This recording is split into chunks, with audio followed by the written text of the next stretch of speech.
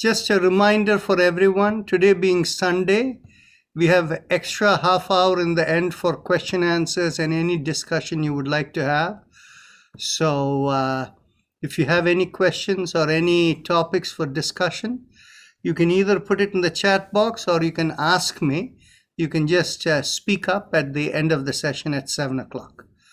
So with that, let's begin with 3 ohms as usual. Take a deep breath in.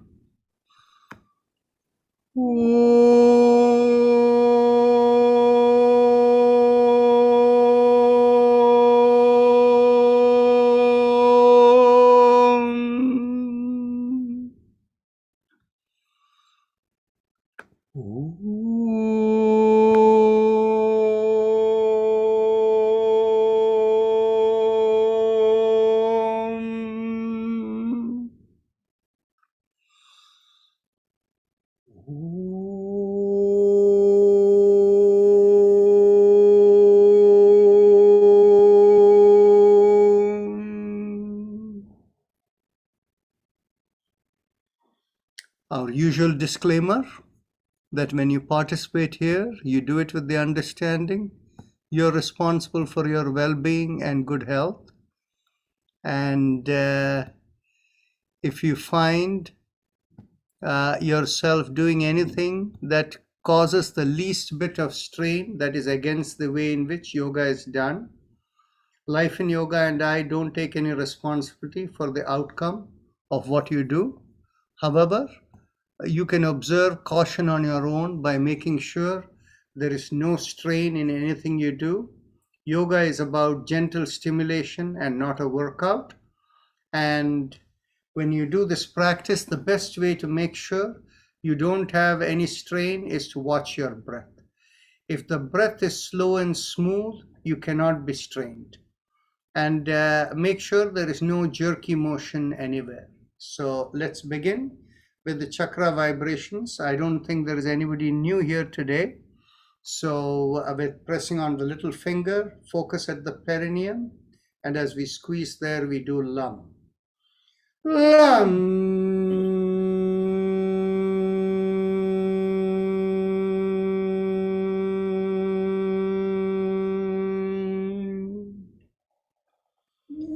Lam.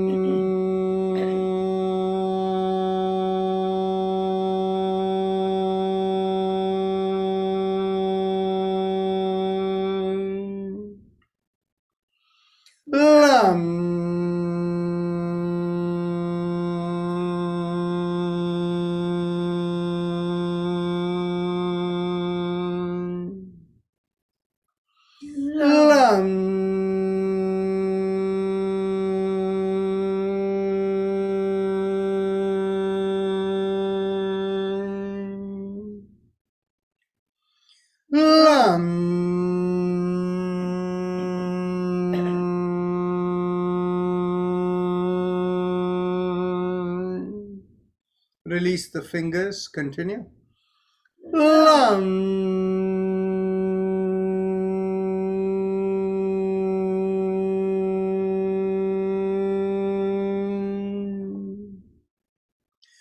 Bring your awareness an inch or so above the perineum, and focusing there, we do Vam as we gently try to squeeze in the pubic area and press on the ring finger with the thumb.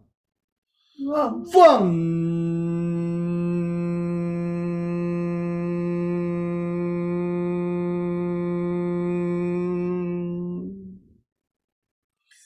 Vam.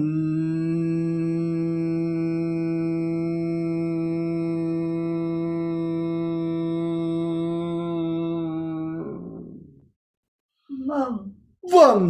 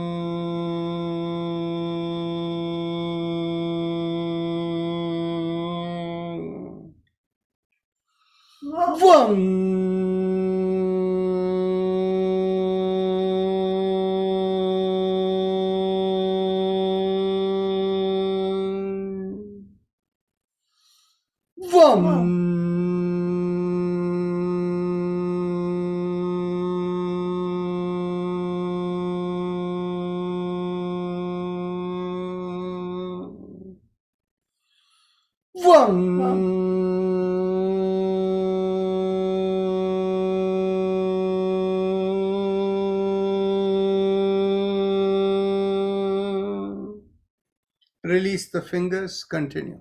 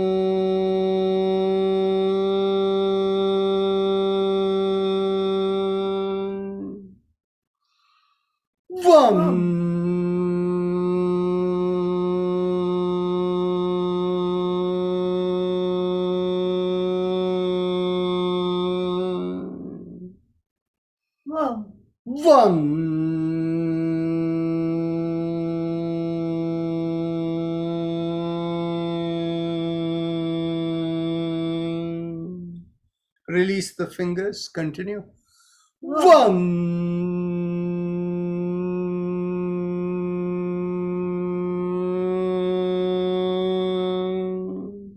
Last time.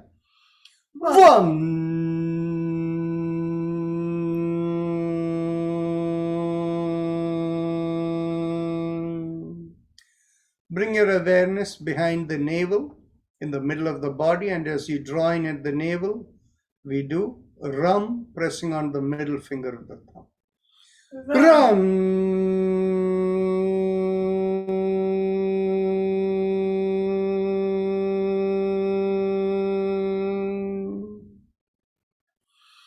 Ram.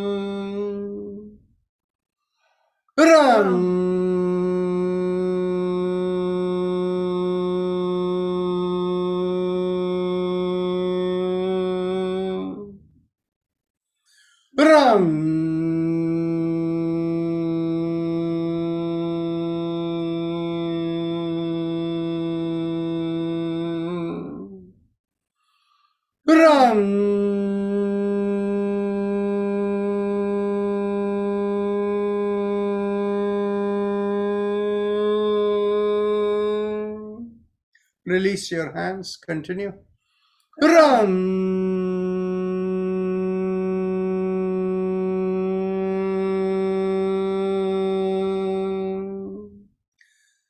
Now bring the awareness to the middle of the chest, and here we do Yam, pressing on the index finger with the thumb. Yam.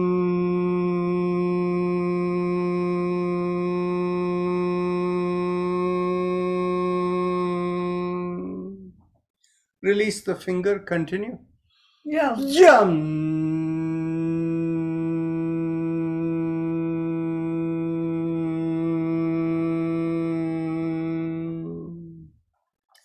Bring your awareness to the throat, and here we do Hum, Thumbs up, loose fist. Hum. Hum.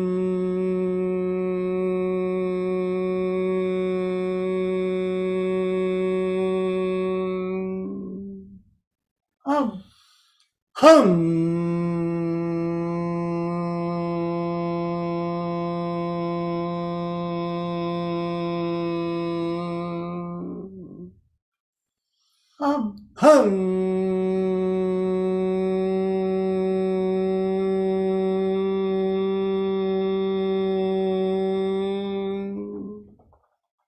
Hum. Release the hands, continue.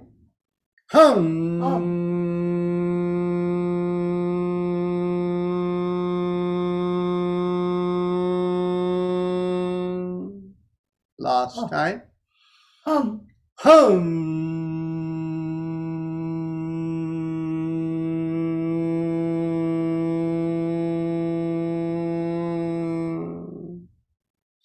Bring your awareness to the middle of the head, and there we do chum, thumbs up, loose fist.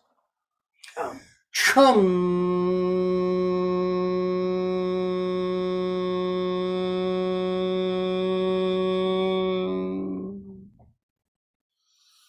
Chum.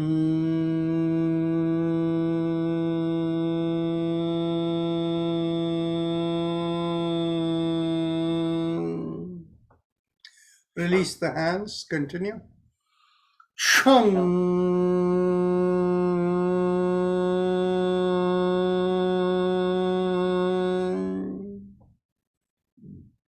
Last time.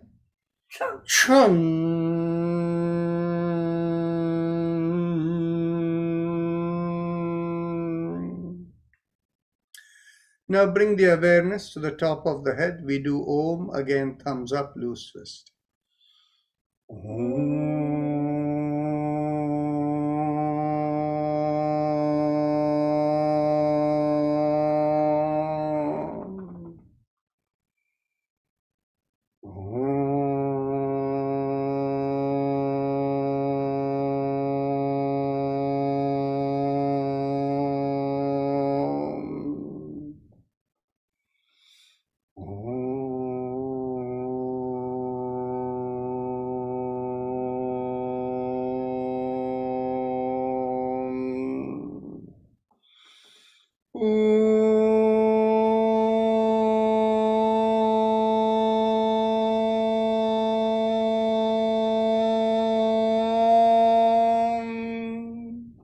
Release the hands, continue.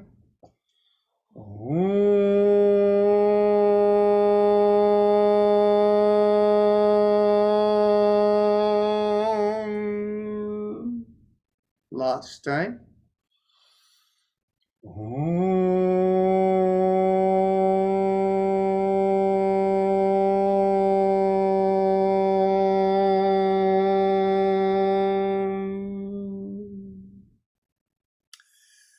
Now we are ready to go on to the Ujjayi Pranayama, the happy face breathing.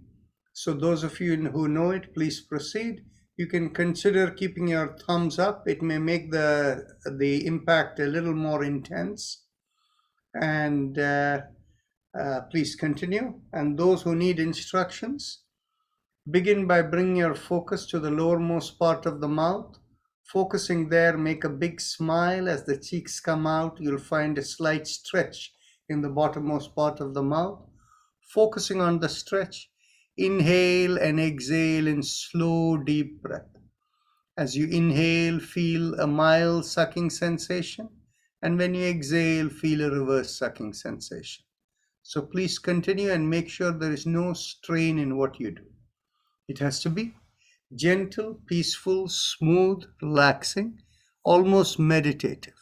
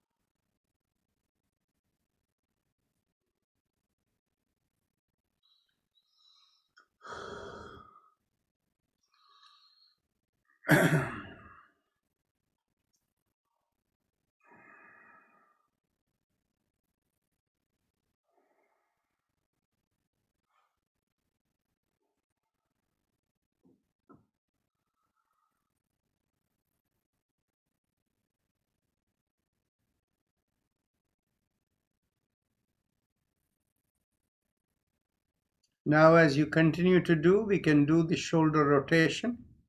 Inhale, lift up both your shoulders, and exhale, rotate it back and slowly bring it down, and continue.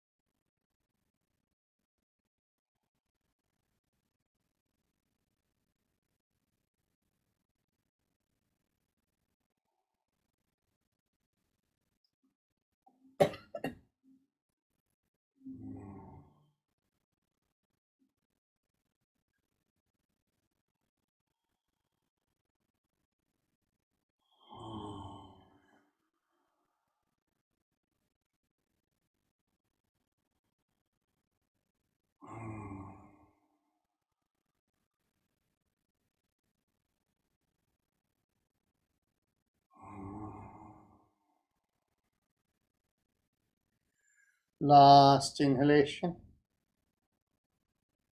and last exhalation. Now we can do the hand movement along with the same Ujjayi breath, this happy face breathing that you're doing. Today we will do it slightly differently. We were doing it the last few times, front going up as we inhale and coming down. Today let's do backward. Inhale, look up, bring the hands up. Exhale, bring the chin down as you bring the hands down. So continue.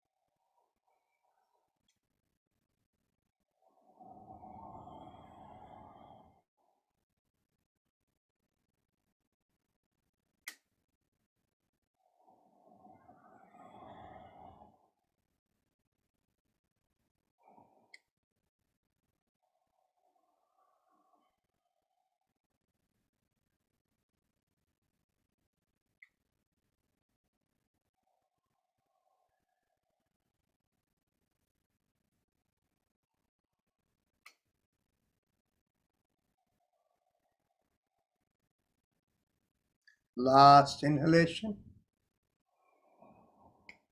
and last exhalation. Now we go to the neck exercises. So here, 3 directions. We do the sound ah after we taking a deep breath.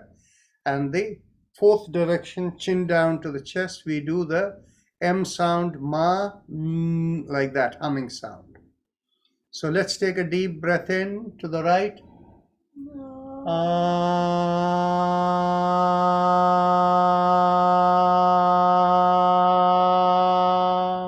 To the left.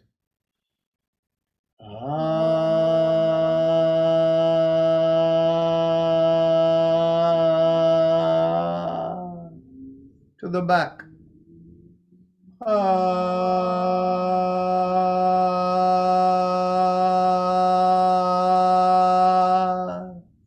Chin to the chest.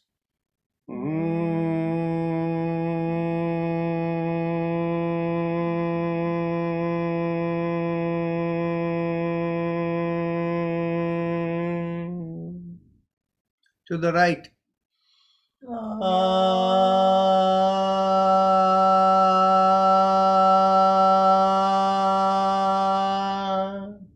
To the left.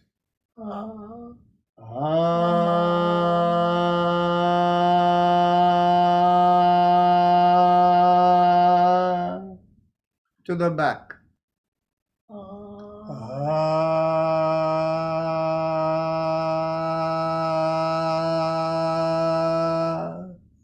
Chin to the chest.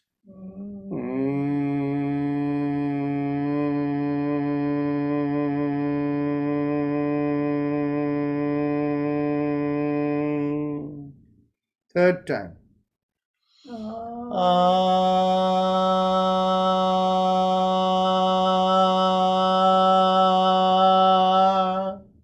To the left.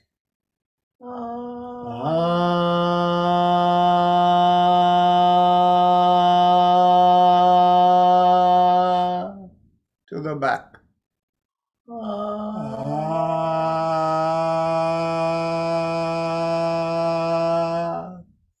Chin to the chest.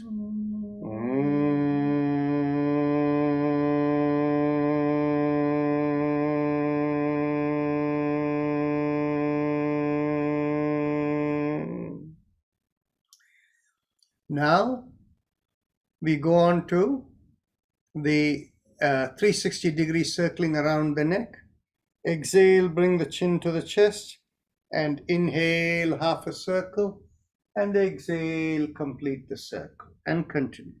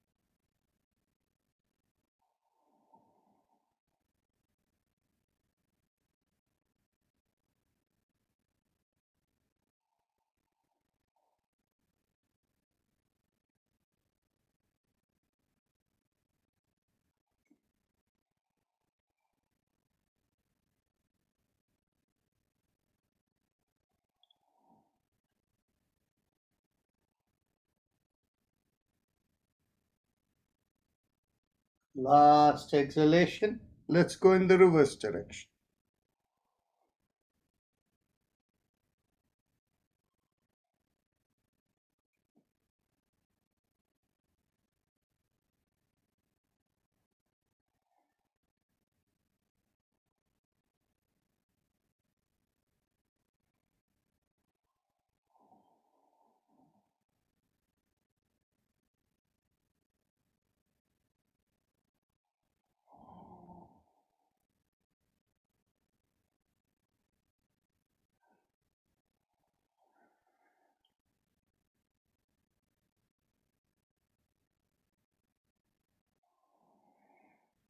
Last inhalation.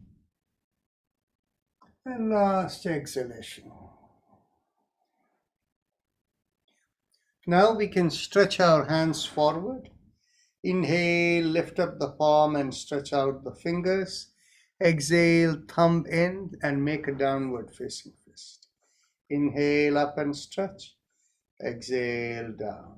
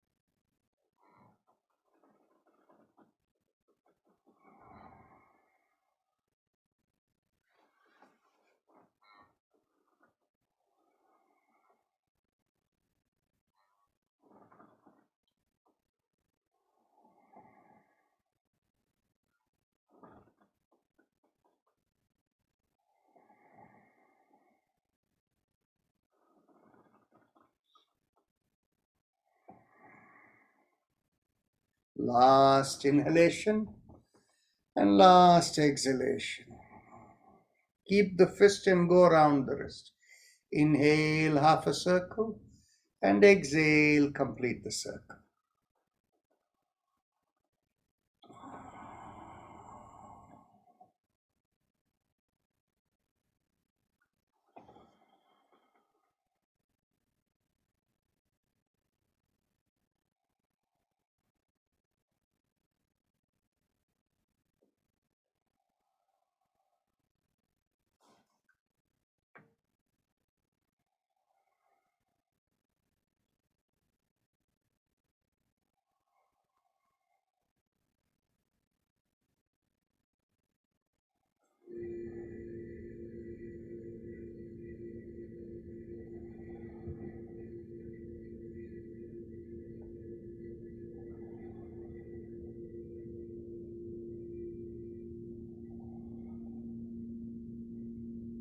Last exhalation, let's go reverse.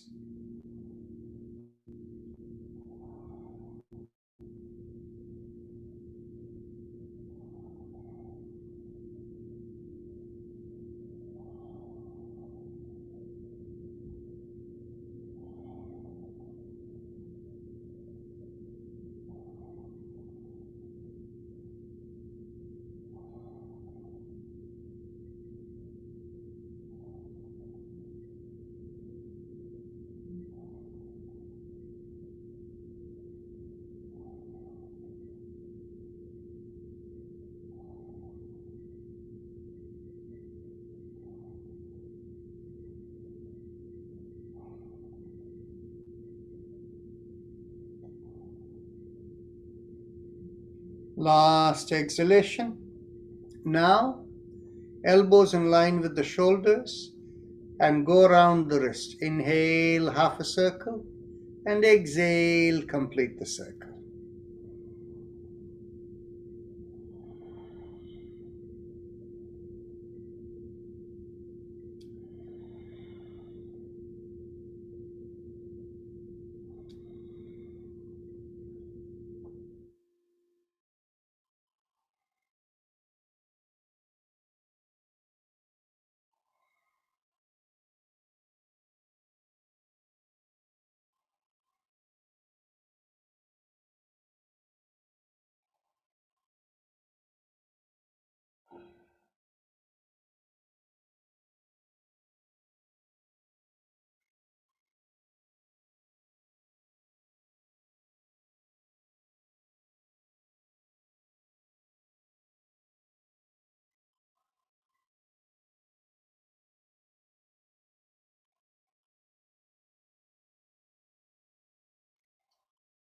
Last inhalation and last exhalation. Let's go reverse.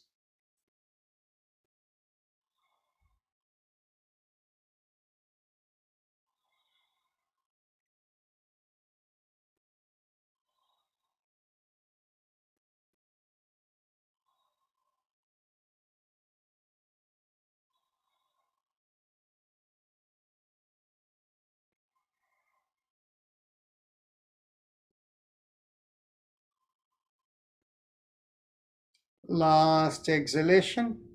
Now, before we interlock the hands, place your hands on your seat in front of you, separating your legs. Keep the pressure on the hands as much as you can. Put as much body weight as possible and do the happy face breathing, the Ujjayi Pranayama.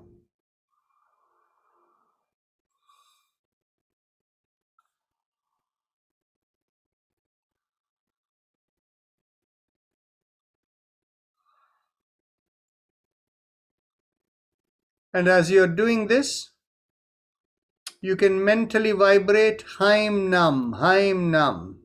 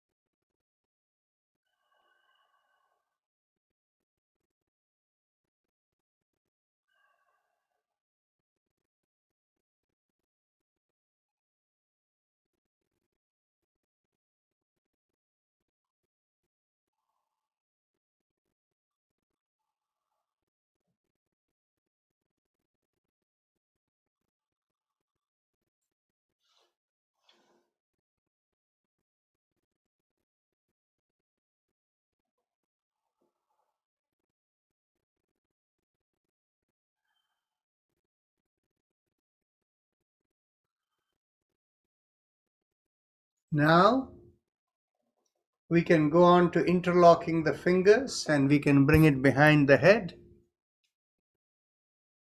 And as you exhale, twist to one side, inhale, come back. Exhale, twist the other way, inhale, come back, and continue.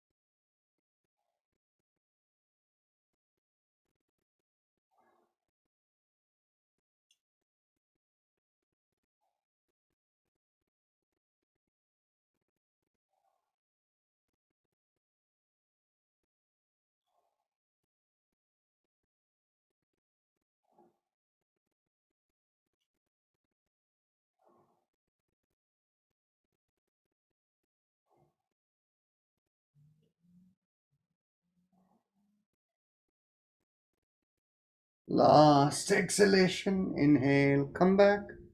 Get hold of the elbows behind the head. And as you exhale, pull on one elbow, inhale, come back. Exhale, pull on the other elbow, inhale, come back, and continue.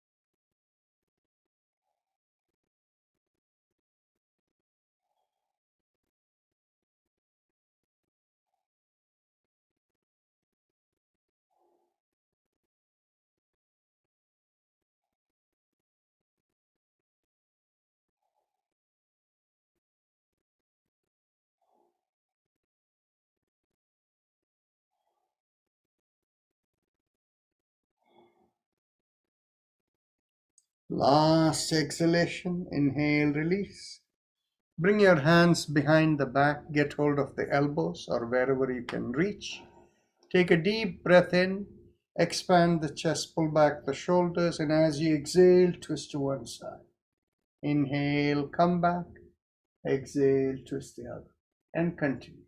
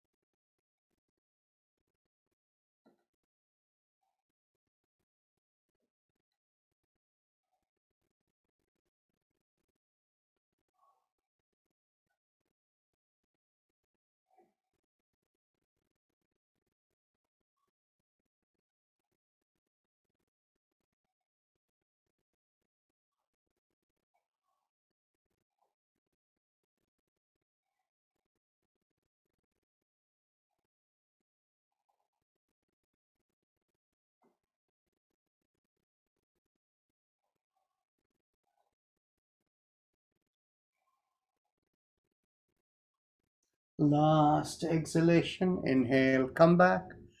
Bring your hands to your hips behind your back. And as you inhale, push on one hand and lean backward, making an arch. And exhale, come forward. Inhale, push on the other side and make a backward arch. Continue.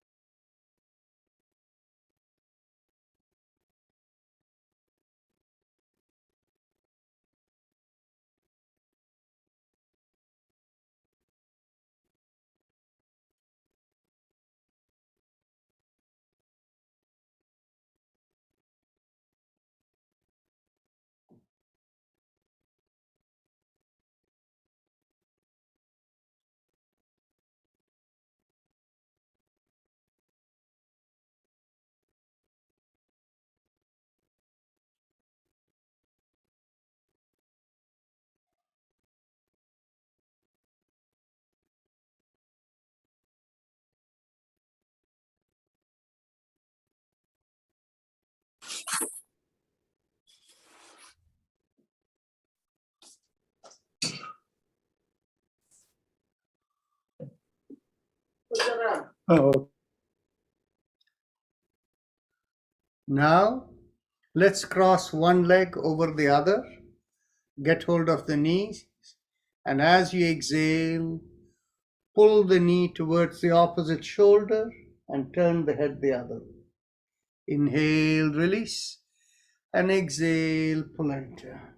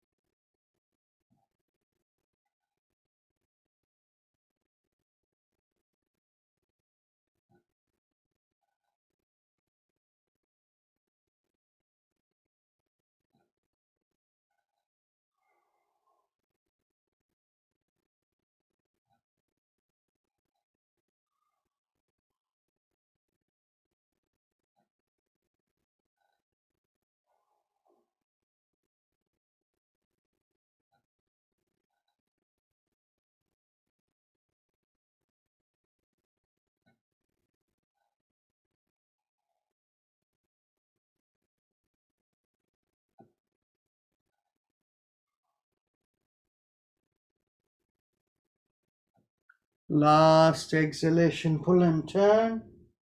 Inhale, release. Let's cross over the other leg.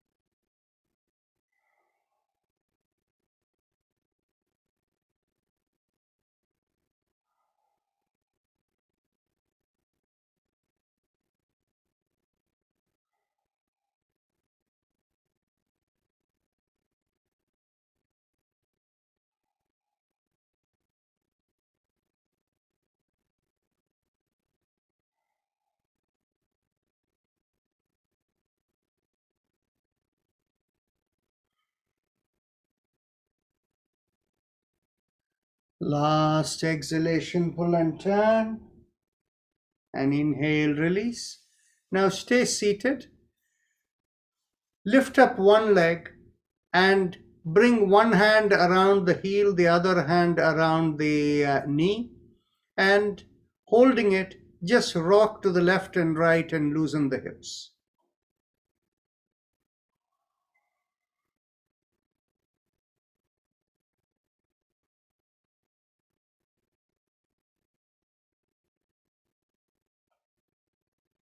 Now let's lift up the other leg and do the same thing.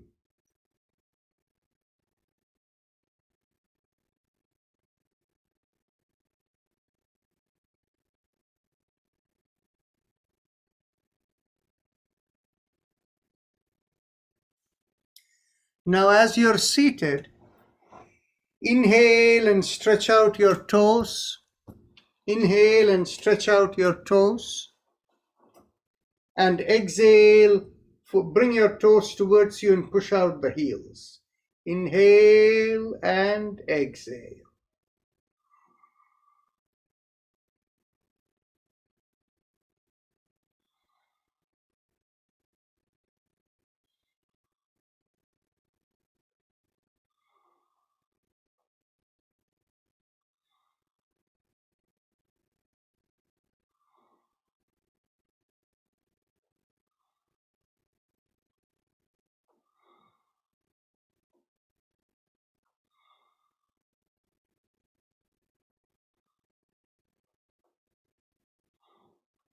Last inhalation and last exhalation. And now bring one hand under one knee, any one knee, and hold it up. And then rotate around the ankle. Inhale and exhale. If you feel like making a big rotation around the knee as well, you can make a big circle.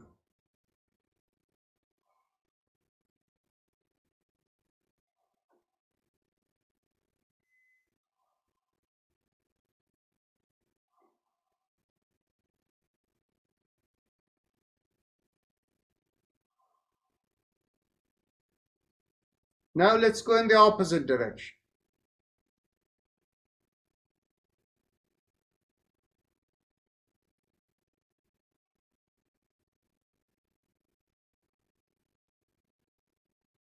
Last inhalation, last exhalation. Now let's go to the other leg. Inhale and exhale.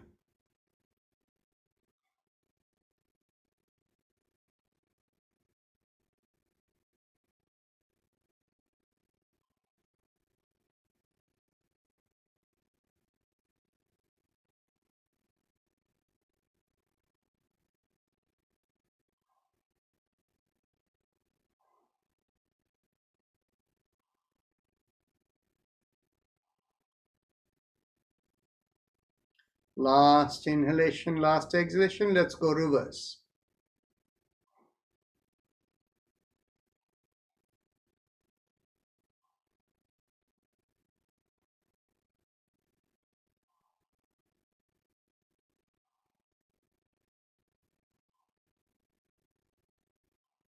Last inhalation, last exhalation. Now we can stand up and we will do the pelvic bend. So those of you who don't have good balance, be seated, but bring your hands behind your back. Others can stand up. Keep your feet shoulder width apart or a little wider, and pulling on your elbows or hands. Inhale, expand the chest, lift up the chin, pull back the shoulders. And as you exhale, lean forward, pushing out the butt. Feel the stretch from the bottom of the feet to the hips. Make sure you don't bend your back. Keep the chin up all the time and the shoulder pulled back. Inhale and exhale into the stretch you feel from the feet to the hips.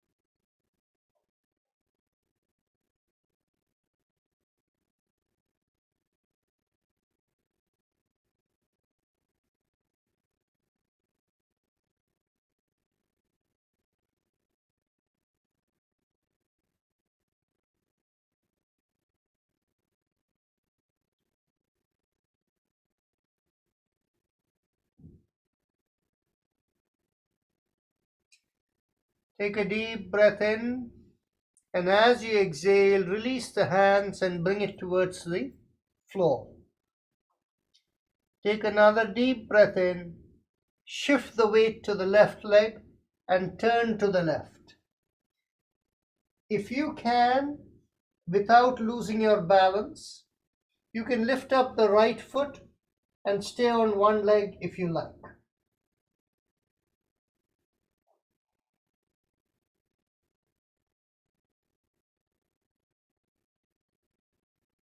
Slowly bring down the right leg. Take a deep breath in, and as you exhale, shift the weight to the right leg and twist to the right. If you find you can lift up the left leg and stay on the right leg, you can do so.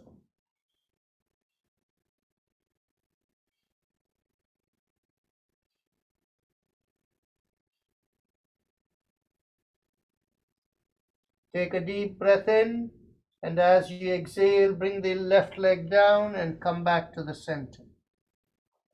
Inhale, raise up the hand and go all the way back as far back as you can stretch.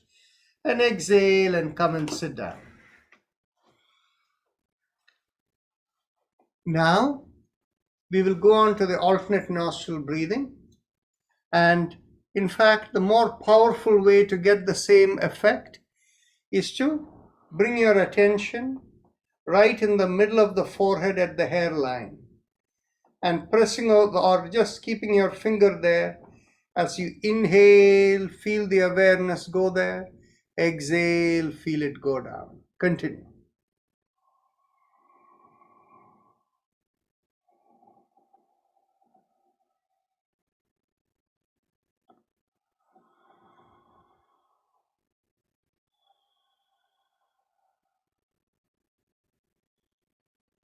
When you're doing it with focus on the forehead, you don't need to breathe from the alternate nostril at each time. You can simply take a deep breath in, build the awareness, come up, and exhale going down. The alternate nostril breath balances the two hemispheres of the brain. when you do it with the focus right in the middle, the key part of the balancing between the two sides of the brain is the middle part that connects the two, which is called the corpus callosum. So that is what you're activating when you focus over here.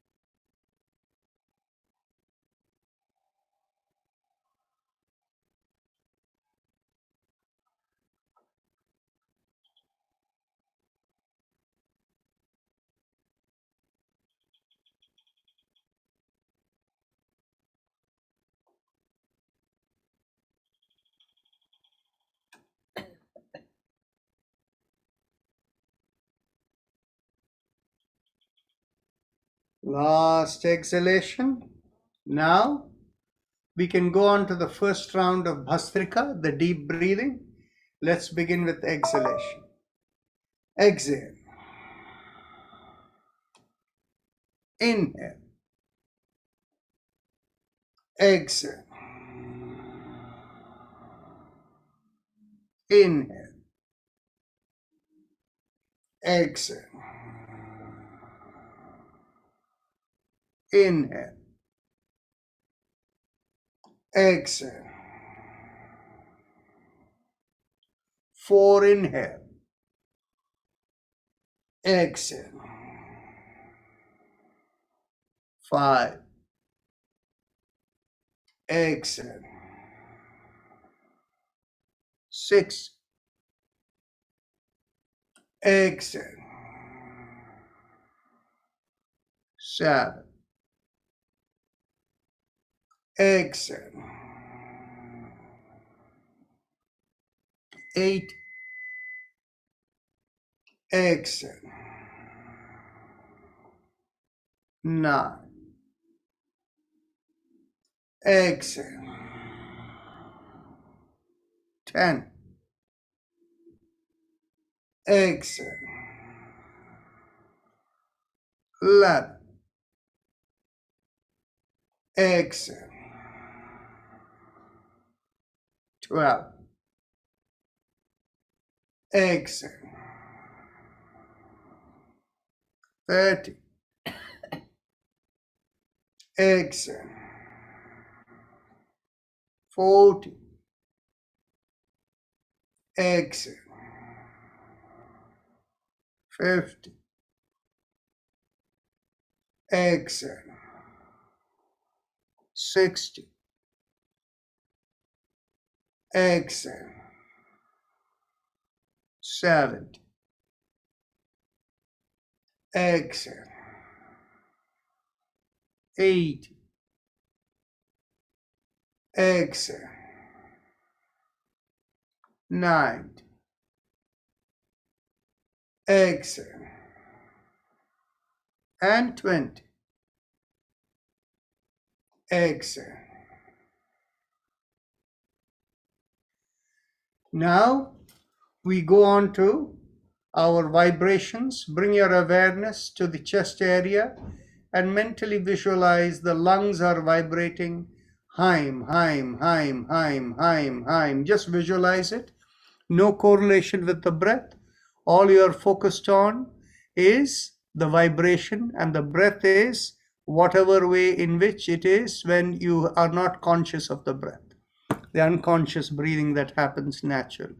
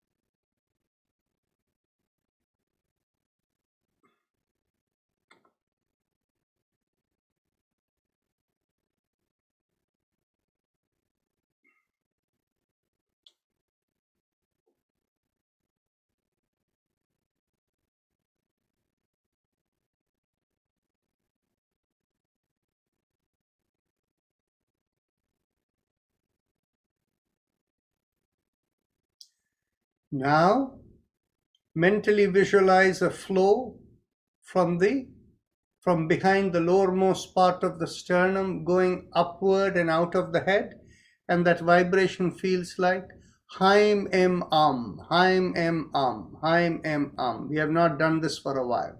Continue.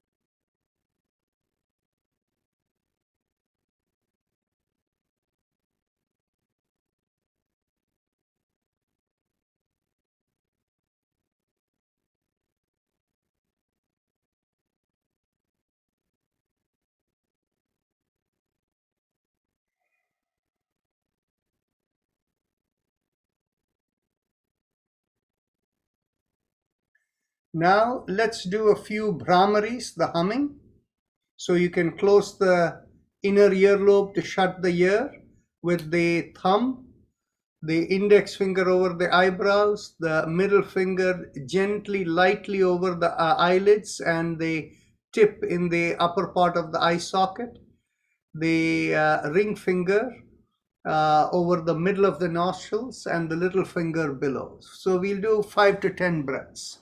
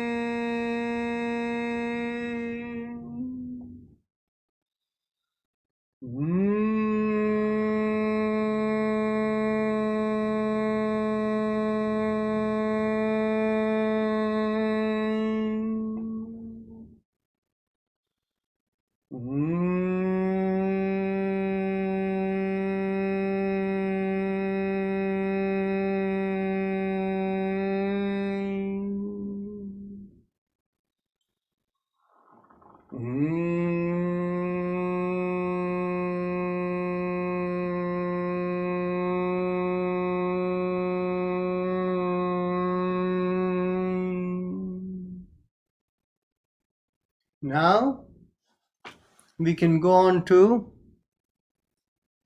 the spinal mantra that we do usually.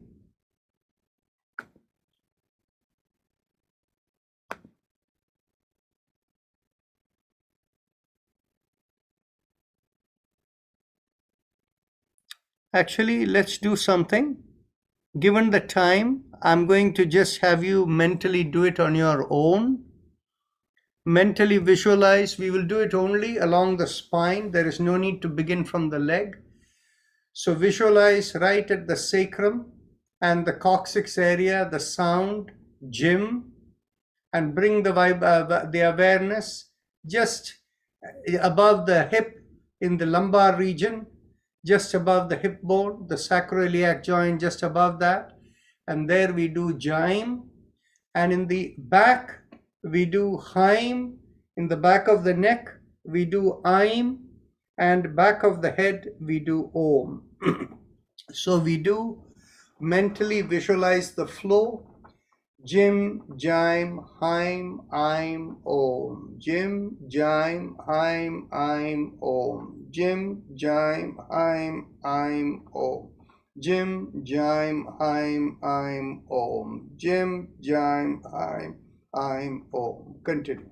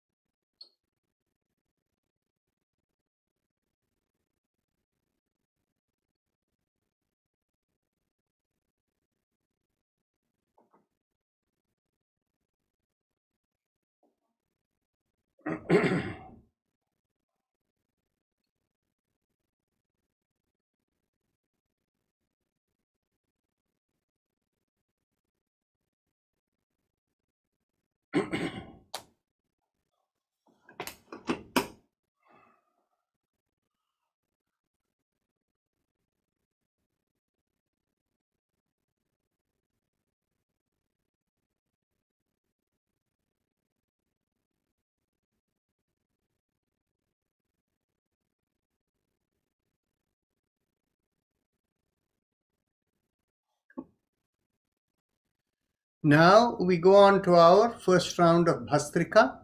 So let's begin with exhalation. Exhale. Inhale. Exhale. 2. Exhale. 3. Exhale. 4. Exhale. 5. Exhale.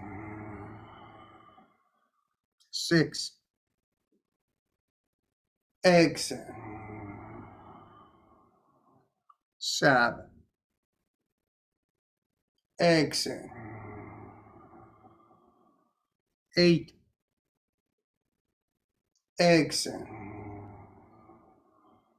9. Exhale. 10. Exhale. 11. Exhale. 12. Exhale. 30. Exhale.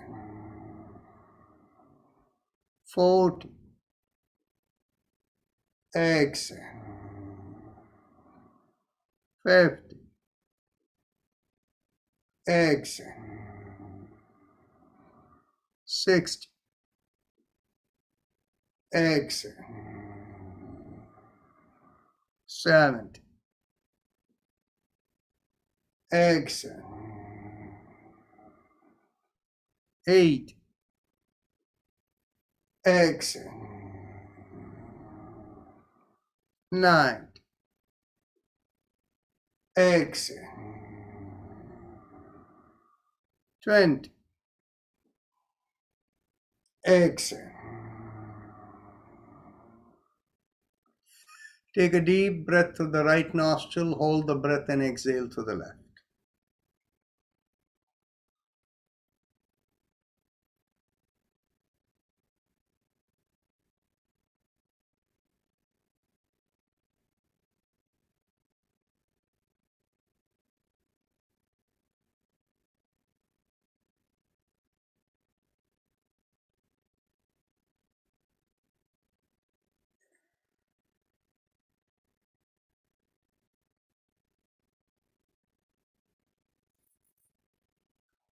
Now, let's go on to the second round. Exhale. Inhale. Exhale. 2, exhale. 3, exhale. 4, exhale. 5, exhale. 6, exhale. 7, exhale. 8, exhale. 9, exhale. 10, exhale. 11, exhale. 12, exhale. 13, exhale. 14, exhale. 15, exhale. 16, exhale. 17, exhale. 8,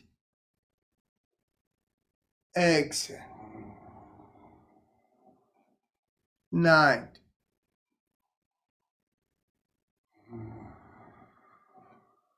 20, exhale.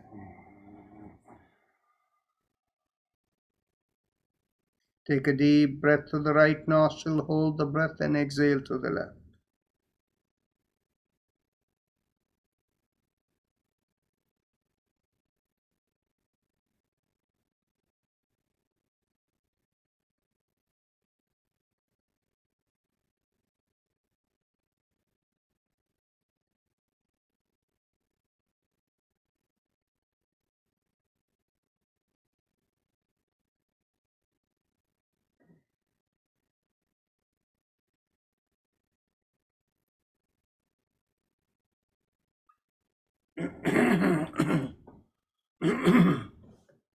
Now, let's go on to the last round. Let's begin with exhalation. Exhale. Inhale. Exhale. 2, exhale. 3, exhale. 4, exhale. 5, exhale. 6. Exhale. 7. Exhale. 8. Exhale. 9. Exhale. 10. Exhale. 11. Exhale. 12. Exhale. 30. Exhale. 40. Exhale. 50. Exhale. 60. Exhale. 70. Exhale. 80. Exhale. 90. Exhale. 20. Exhale. Take a deep breath to the right nostril, hold the breath and exhale to the left.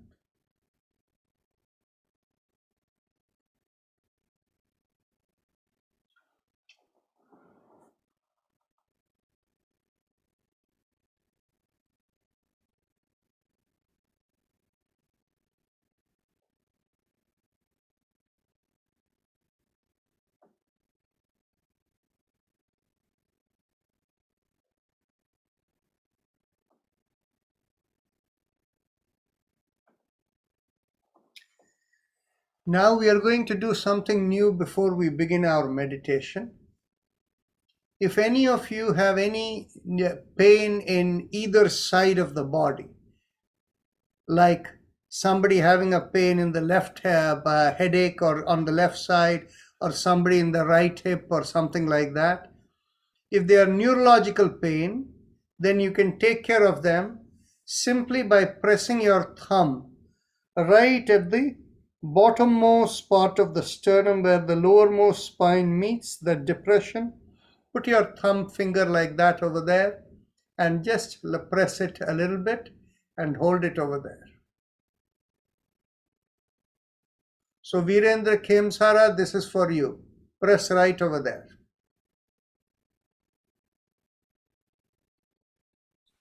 Thank you, Dr. Rajan.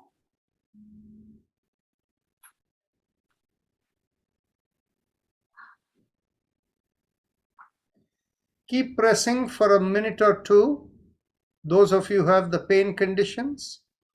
And those of you who don't have any pain condition, you can prepare for meditation. Mentally tell yourself, I give up all ideas and concepts and I care about nothing. I let go of everything, I let go of everything, let go of everything. As you let go of everything, feel the shoulder become lighter and the head also become lighter. And if you have a personal mantra, focus on it. If you don't have a personal mantra, mentally visualize a rising vibration from behind the lowermost part of the sternum, rising to the middle of the body and out of the top of the head, going as Haim Em Om, Haim Em Om, Haim Em Om.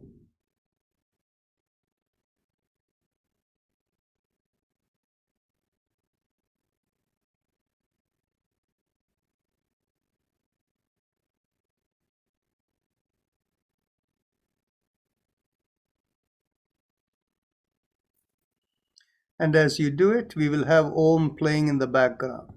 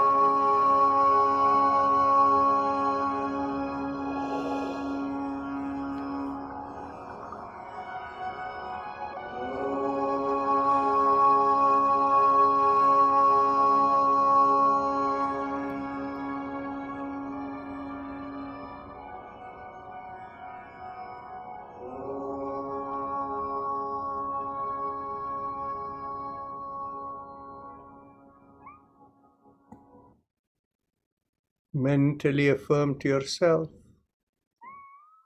may I be guided to fulfill the purpose for which I am born.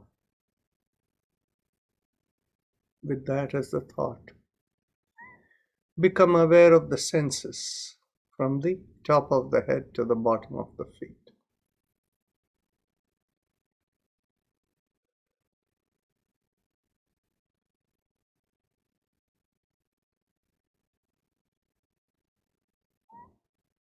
Whenever you feel you're ready to open your eyes, you can raise the palm of your hands and look straight into the palm of your hands when you open your eyes.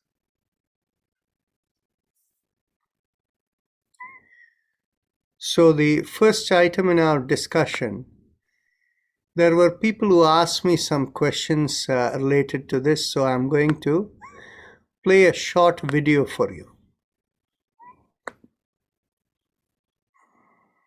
Measured yoga therapy, what it is. Measured yoga therapy that has been developed by Life in Yoga Institute is a method of predicting the outcome of a specific yoga practice for a specific person for a specific condition.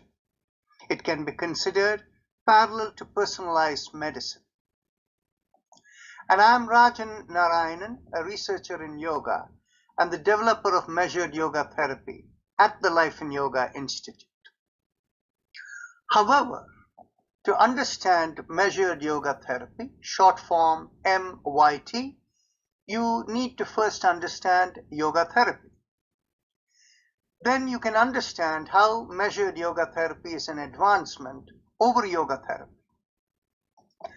Yoga therapy, though associated with ancient Ayurveda, in modern times is a research-based correlation between certain yoga practices and their impact on specific health disorders.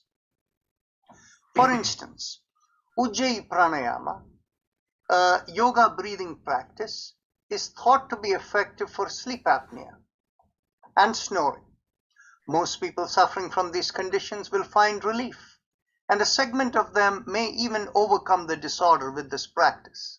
However, for a small proportion of people with sleep apnea, the Ujjayi Pranayama will do nothing, and for a larger percentage, it will not reverse the disorder while providing some relief. This is the nature of correlation. Correlation does not mean deterministic prediction. Measured yoga therapy measures the biomeridian communications of different organ systems of the person. Biomeridians are called nadis in yoga and Ayurveda. Based on this measurement, we recognize abnormalities that possibly cause the specific disorder. Specific yoga practices that address the abnormalities are applied, and immediately after the practice of a few minutes, we take nadi readings again. If the abnormal communications are corrected significantly, we can predict with higher probability that the disorder can be corrected with daily practice of several weeks. Thus, measured yoga therapy is a system that increases the predictive potential of any yoga practice for a specific individual, for a specific disorder, from one single session. This does not mean that measured yoga therapy will provide 100% success. Instead, measured yoga therapy will substantially increase the probability of success over conventional yoga therapy. Why is it that measured yoga therapy cannot provide 100% guarantee? This is primarily because the Nadi readings are affected by multiple factors, including the presence of medications, specific foods, thoughts, presence of other people, lifestyle, etc. So when we take the initial Nadi reading, if the readings are compromised, we can never really understand the root abnormalities in the Nadis, which means we can never be sure we found a practice to address the real abnormalities, which means reversing the disorder is not guaranteed. We try our best to guide the person to come prepared in a way where the Nadi readings will not be compromised. But we can never be 100% certain. Therefore, we always seek to confirm correlation between Nadi abnormalities and the diagnosed medical condition in a sensible way as understood by modern or traditional medicine systems. The most important element that compromises Nadi readings is the presence of medications in the system to address the disorder. From a legal standpoint, we cannot provide any recommendation on your doctor's prescribed medications. If any medications are present in your system, Nadi readings will never be accurate. In some cases, based on our wide experience, we still may be able to provide some impact by taking into account the full medical history. In case of medications that are immunosuppressants, there will be direct conflict with yoga therapy that may be trying to correct the immune system. In such cases, MYT may not work. In the cases of individuals with multiple disorders, a single consultation of MYT may not be enough. It may take multiple consultations with modified practices that change over the months to address the disorders effectively. In rare cases, we may not be able to find the right practice for an individual. In the yogic paradigm, we say that only when the time and place is right can we find the solution. This comes from the underlying philosophy of yoga and the nature of creation. Why do we keep harping on a specific individual?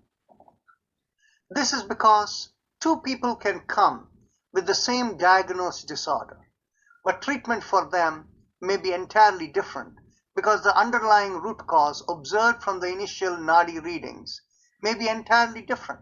For example, for one person with asthma, the Nadi readings may show abnormalities in the lungs and the respiratory airways. For another person, it may show abnormality in the sinuses as the root cause, whose postnasal flow is compromising the airways. The relief for these two individuals will come from entirely different yoga practices. Now that you understand the value and potential of measured yoga therapy, let us discuss the process. First, we need the health history, specifically the medical history and lifestyle, before the consultation. Second, at the consultation, the initial Nadi reading is taken. We use electrophotonic imaging or EPI to get the Nadi readings. Ayurvedic pulse reading with 3 fingers is an additional option, but we don't use it regularly since EPI delivers the required information with greater details. In some cases, we may use pulse reading as an additional information. Third, based on the medical history, lifestyle information and Nadi readings, we test one or more yoga practices which can include gentle physical movements, breathing practices, sound or mantra practices, mental affirmations or visualizations. Fourth, post-Nadi readings are taken immediately after each tested practice. Fifth, if a specific practice significantly changes the Nadi readings in the desired direction, we would conclude that it has a high probability of success in addressing the disorder. This practice becomes the daily practice recommendation, along with any lifestyle modifications if needed. This is the measured yoga therapy process. The two measurements discussed, electrophotonic imaging, EPI, and the Yoga Ayurveda pulse reading, require further explanation. Electrophotonic imaging, or EPI, is done by insertion of each of the 10 fingertips within an electromagnetic field by pressing each fingertip one at a time on the glass surface inside the EPI camera. All 10 fingers are read in about a minute or two, and it results in an aura-like ring around the 10 fingertips as shown in the right panel. Each finger's aura is parsed into wedges that are attributed to communication energy and pattern of energy for organ systems based on Chinese medicine view of biomeridians. The number of organ systems identified through EPI are sufficient enough in most cases to establish probable causality for diagnosed health disorders. When the energy is too low or too high, it indicates abnormality in the organ system. Yoga, Ayurveda, and Nadi readings are done by sensing the nature of pulse vibrations felt when 3 fingers of the examiner are pressed in the forearm close to the wrist. This requires some training and subjective assessment is involved. This reading is measured yoga therapy can be applied for any disorders. Following are examples of where yoga therapy has been researched and are therefore applicable for measured yoga therapy as well. Examples of stress management, cardiovascular system disorders, respiratory disorders, musculoskeletal disorders, and the whole list continues, but we can even deal with autoimmune conditions. If you are curious about how people have benefited from measured yoga therapy or simply general yoga therapy, please see the Life in Yoga testimonial page on the website lifeinyoga.org and click on the video testimonials. Also, our peer-reviewed publication that discussed the measured process is Bioenergy and its Implication for Yoga Therapy and can be accessed through the website of the National Library of Medicine. The power of measured yoga therapy has resulted in volunteers of Life in Yoga servicing in 15 of the 50 states of America and also present in Toronto, Canada, and 3 other countries of the world. To find a contact in your area, please go to the lifeinyoga.org website. For Eastern, I'm going to stop here. So this is something somebody recommended I share. I hope it was useful. Any questions about that before I go to the questions that are already here in the chat box? It was very good, Dr. Rajan. Okay. Dr. Rajan, Yeah. This should be on the frame, or it should be below the, this thing, where actually exactly it should be this pressing, I told you it is in the depression that you feel where the lowermost spine, lowermost ribs connect. Okay, and how long I have to do it?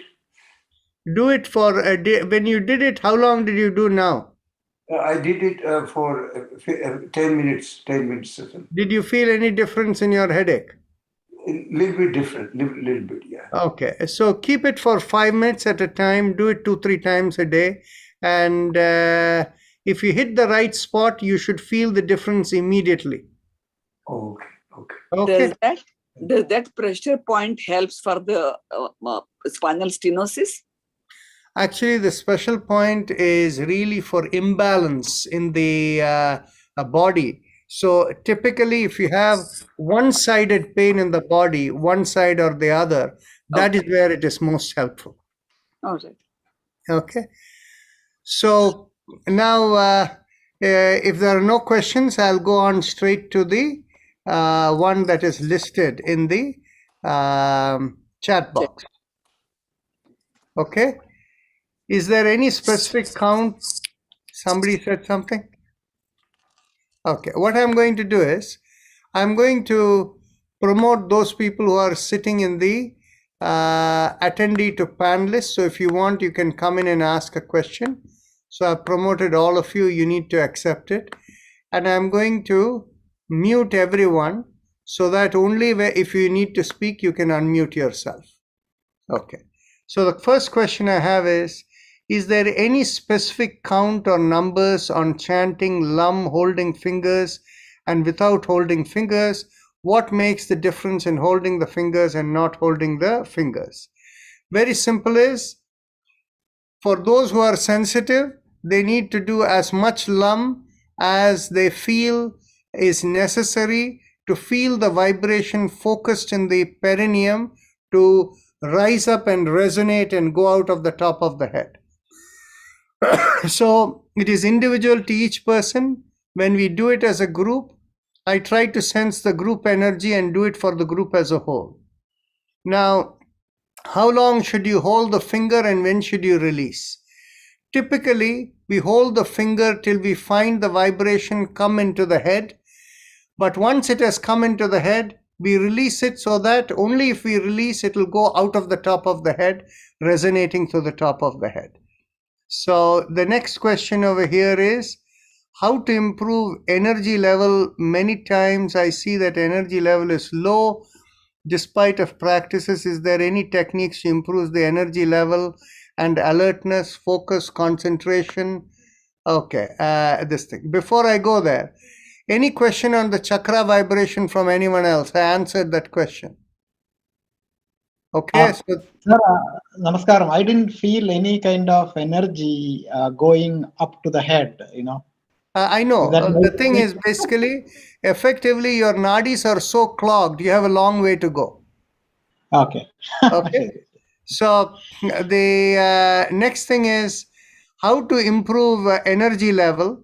Okay. The thing is basically, the second question you have put in, Manikandan Ganesh, is exactly the problem. In the sense, what happens is, whatever is your lifestyle, which we have not discussed, whether you're getting adequate sleep and whatever else may be related to your food habits and lifestyle and all of these things, they may have a big impact on what else is happening.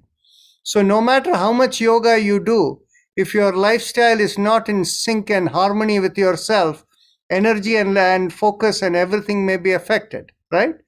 So if that is a pattern, you may want to make an appointment to come into our measured yoga therapy, where we can look and discuss your lifestyle. You can fill out your history and we can work through that. Okay. And the next point, number 3, negativity, uncertain events happening in life can be changed by mantras and make positive outcome. Question. Okay. So the thing is basically, anything in our lifestyle, a lifetime event we consider as negative, is because that is how we view it. Okay.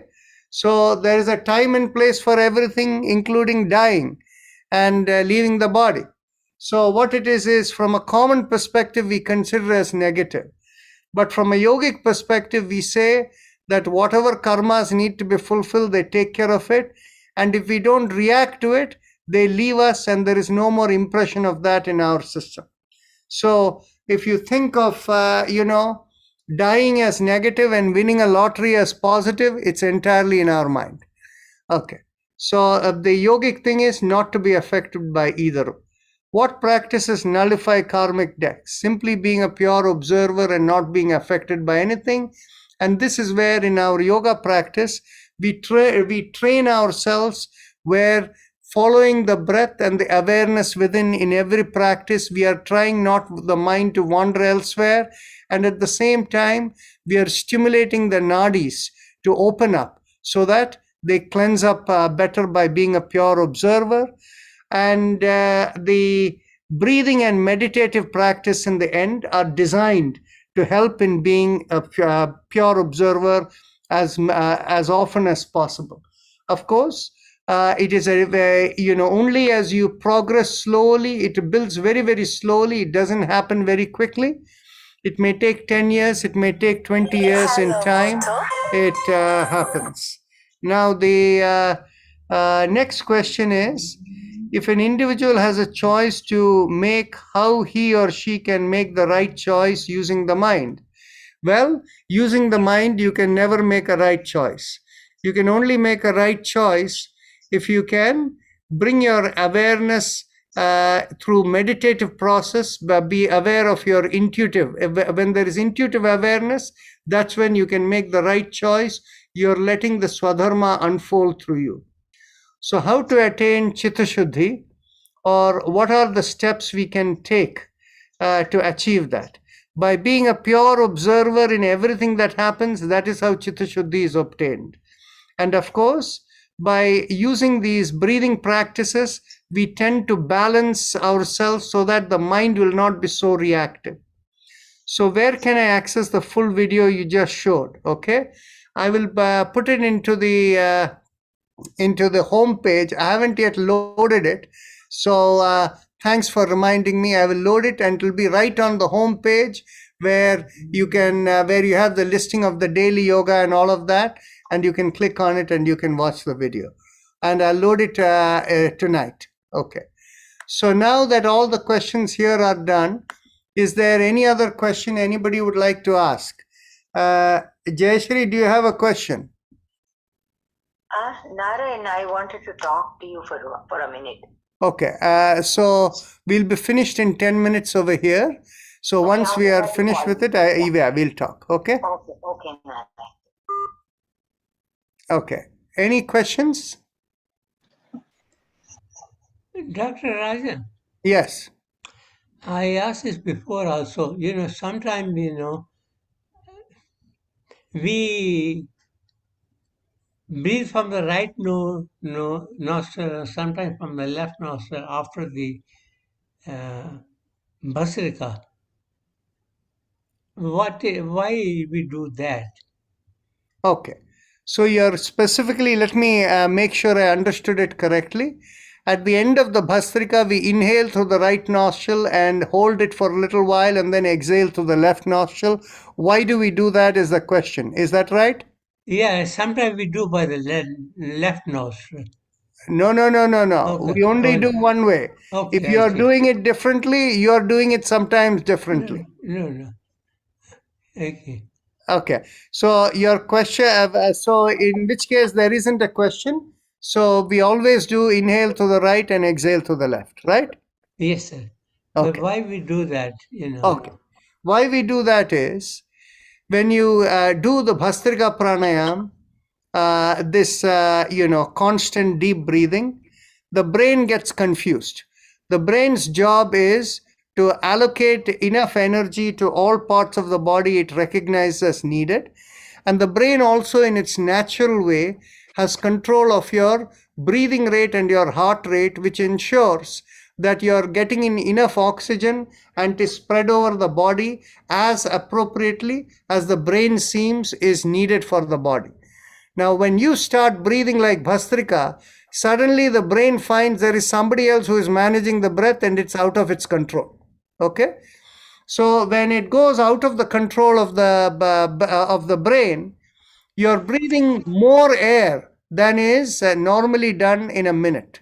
Okay? And so that ends up, the brain gets confused at a point in time with an overload of all this breath that is going on. It changes the oxygen and carbon dioxide balance in the system. And so in the end, when you take the right nostril, inhale from the right, and you hold the breath, that inhaling from the right and holding the breath, what it does is it actually helps the brain recognize where are the deficiencies, where additional amount of energy release can pacify the body. So that is the reason we inhale from the right nostril. And then when we exhale through the left nostril, all we are doing is we are letting the brain, having recognized it, settle itself. So that's why we do that. Okay. So any other questions? I have a question about my, it's a personal question, but I'll ask you. The knee. I twisted my knee a couple of months ago, and they did a surgery of the cartilage, and and it never went away. The pain is still there. So do you recommend something for yoga? But the thing is, basically, I cannot answer your question effectively because you didn't tell me which knee. And I don't know what exactly was the problem. Okay, it's a right knee, and I twisted it when I understand, but what did they diagnose it as? The diagnosis as a meniscus tear. Okay. If it's a meniscus tear, surgery is really not really called for. You see, it used to be a meniscus tear. What is it? At the end of your bone over there in the knee, there is the soft bone that is the cartilage. Okay. And the cartilage is very smooth and soft. So what happens is the two ends of the bone glide through very smoothly. Now what happens is when there is a meniscus tear, that soft cartilage, a little patch in it, gets ripped off. When it gets ripped off, then the bones cannot slide over each other smoothly. There is more friction going on. When there is more friction going on, then in which case the muscles which have to pull have to do more job, and that is reflected as pain in the body. Okay? Now, when the tear happens, the old school of thought within medicine used to be that this tear that has happened, that peeled off segment like a little part, it is floating in the fluid, or it is in the fluid that is there in between the knee that is enabling that. The old school of thought used to be that if you don't surgically take out the torn portion, then in which case that floater will go to the edge of the space over there where you have the bursa sacs and other things which have other fluids that hold over there. It will rupture them and it will create damage. Okay? This is the old school of medicine, and many doctors haven't gone over the old school anymore. The new school of thinking is that when the thing gets peeled off, then these whatever is the peeled off segment will dissolve over a period of time without creating damage. The old school of thought used to say, if you don't remove that tear over there and take it out of there, then in which case it can create other damage in the system and you can get early arthritis. The new school thinking is that if you do surgery, the intervention will give you early arthritis by trying to remove that by doing the surgery. Okay? So what happens is the pain will never go away for you unless the cartilage has built back. Wherever the tear occurred, it needs to build back the smoothness over there, and until it's built back, it won't help you. It typically takes about 6 to 9 months for that place where the cartilage got ripped off to be rebuilt, and the quickest way in which you can enable that to do is you first do the alternate nostril breathing, either by focusing here or by doing the alternate nostril. You do that for 5 minutes, and after doing it for 5 minutes, do about 5 rounds of Bhastrika, twice a day. That is the fastest way in which the cartilage that has been ripped off that thing will rebuild itself and pain will go away, but it takes usually 6 to 9 months. Okay, that's very good. But in my case, they've already removed the tear. I know they have removed the tear, but the removing the tear from there did not do anything for you to relieve your pain. And it is stupidity to remove it, because doctors always want to do more procedures on you, and it doesn't help you one way or the other. You are exactly right. Yeah, they don't. Procedure didn't help me at all. Absolutely, it doesn't. Yeah. Okay. So, any other questions? Rajan. Dr. Rajan, Yeah. I have got a dry cough. It's not productive. Do you advise anything? I know other than taking a hot water, drinking and all, is there anything you can advise yogic point of view? Yes. You need to do the flow, vibration flow, Haim, You need to do it for half an hour twice a day, and about a week you should feel a difference. Okay, thank you. You're welcome. And the other thing which you can also do is the Brahmari. Brahmari. Okay. All right. Thank you. You're welcome. Doctor, can I ask you one question? Yes. So I had a knee problem just like that, but I took that cartilage shots before 2 years. Now again it started paining on my left leg, neck, knee. So can I do this exercise, Bhastika? There is something I missed on you. You said you took cartilage salt? Short. Oh, shot. Okay. Yeah. So effectively what you did was you took essentially a cortisone shot over there that is basically designed to numb your pain. Okay. Yeah. So the thing is basically that shot is something that may give you relief for a few months, but on the other hand, it doesn't do anything beyond that. If it is only the cartilage that is ripped, then this practice is going to help you. But remember something. Sometimes what happens is when you have pain like this, other inflammation develops in the ligaments, the connective tissues over there, in the bursa and all of that. Yeah. If there is any inflammation in other parts, usually the cortisone shot will actually help it a little bit. And so try this practice of this breathing. If it may give you some relief, but if you need more relief, you may want to take the cortisone shot again. Oh, sorry. Thank you very much, sir. You're very welcome. So namaste everyone. See you. We are out of time. So see you all tomorrow. Namaste. Thank you, Doctor.